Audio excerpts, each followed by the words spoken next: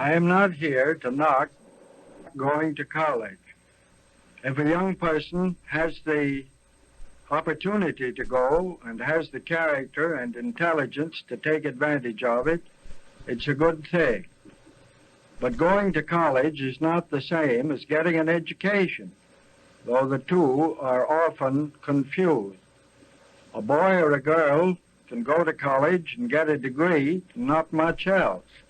On the other hand, a boy or a girl in a shop, factory, or store can get an education without a degree if they make up their mind to it.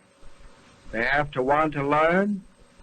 They have to be willing to talk to those who are wiser than themselves, to be observing, to keep their ears and eyes open, and to set apart some time every day to read.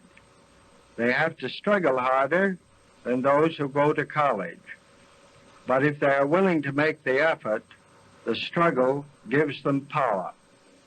They get their education from contact with the realities of life and not just from books.